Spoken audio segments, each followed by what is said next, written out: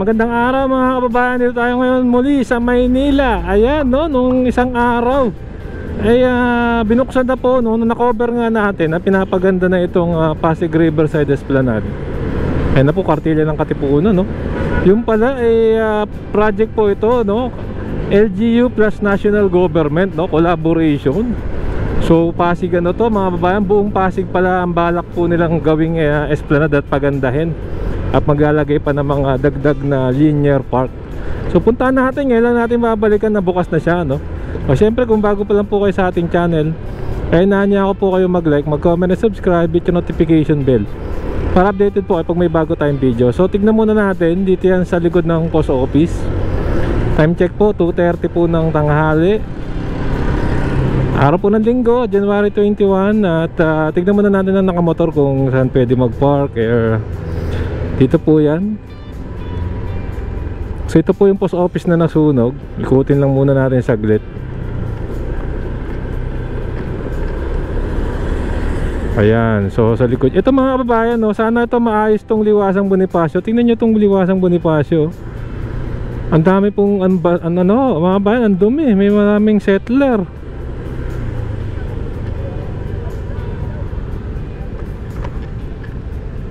So yan, LGU ng Maynila, baka naman makayang ayusin, no? May lipat natin sila sa maayos na lugar. At nabababoy po yung lugar po ni Bonifacio rito, may nagsasampay.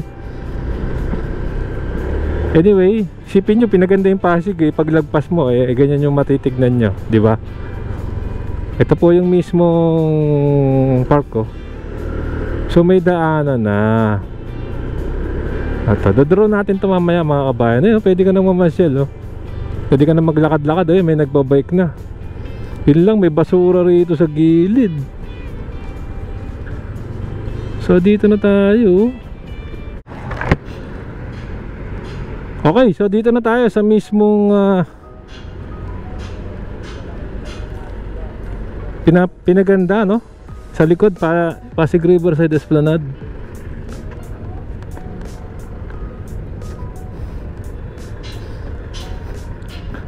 Oh ha, ang ganda oh. Yun nga lang, may basura ron sa bungad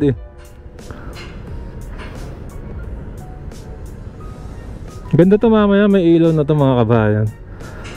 So alagaan natin yun nga po, lagyan na ng CCTV rito. So ikot-ikot muna tayo. Para kang nasa baka nasa Europe. Ito po yung kalagayan ng Pasig River.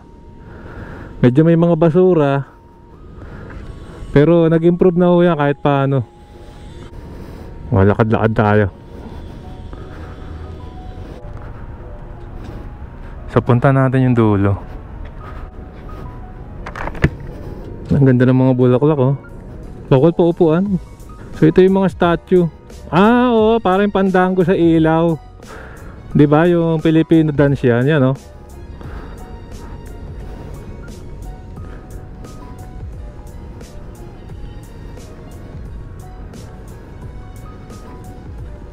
Kaya doon pa ginagawa para mabayan. Ito na yung MacArthur Bridge. Gawin Santa Cruz yan. Tignan natin yung dulo. So ito kaya pala pininturahan to, pero yung harap. Muli sa mga kapanood po nito, yung Liwasang Bonifacio, LGU ng Manila. Baka naman po para talagang totally maganda na itong lugar, Alam ko naman po kailangan ng mga kababayan natin ng tirahan na mailipat lang sila sa maayos na tirahan din, nagiging puro basura rin po yung kalat po ng ating mga kababayan dyan na nagsesettle. So ito, ginagawa pa itong parte na ito dito sa MacArthur Bridge.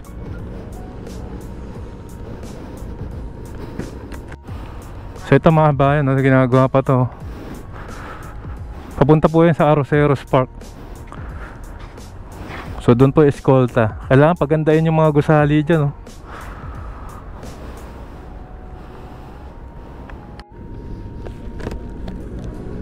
So ito yung itsura, di ba galing tayo naglakad tayo. Tingnan naman natin dito.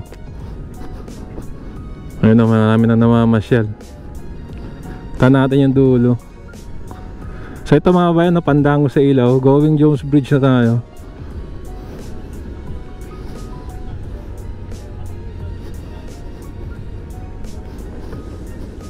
Ayun, dami na namamasyal oh. So hindi na pala kayo sumampa rito. Ayun, pwede yung upuan na oh. Ayun oh. Tapos meron siyang bike lane. Di ba ano nakaraan? Kaya pala ayaw tayo patungtungin eh. Surpresa pala kasi darating si Pangulong Bongbong Marcos dito. So ito yung bike lane oh. Hanggang doon na siya. Puntahan lang natin saglit.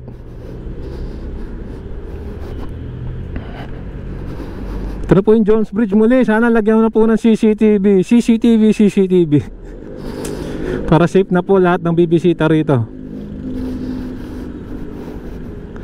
Ayun, so hanggang dito pa lang. Ayan oh. So dire-diretso na po. May parke rin na maliit doon sa Binondo Intramuros Bridge eh. Ayan, ganyan yung tsura rito.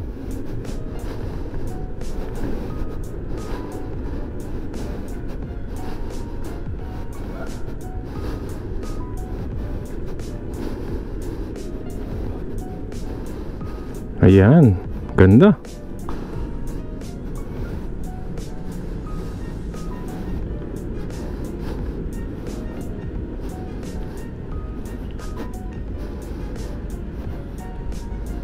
Ito ginagawa pa lang dito, yung po yung Jones Bridge. Ang ganda oh.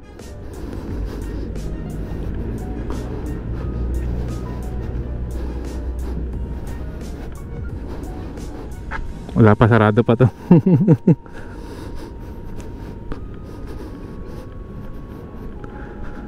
Ginagawa para nakasama.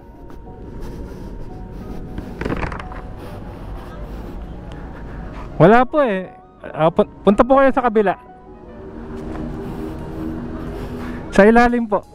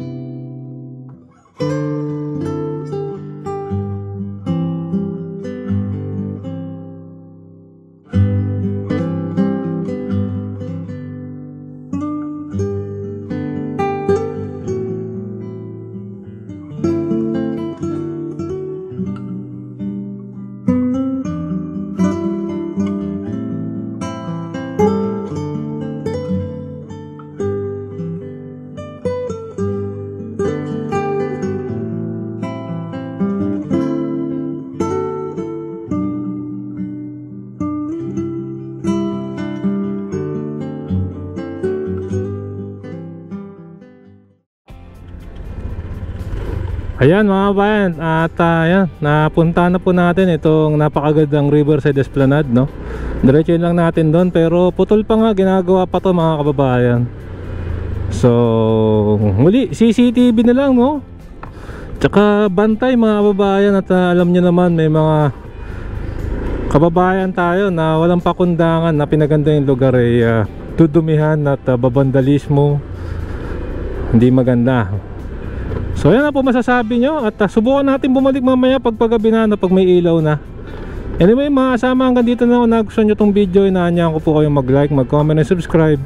Hit yung notification bell para updated ka pag may bago tayong video. Maraming po salamat. Keep safe, huwag masakit, sarap maglakbayan. See you po sa next vlog update mga kasama.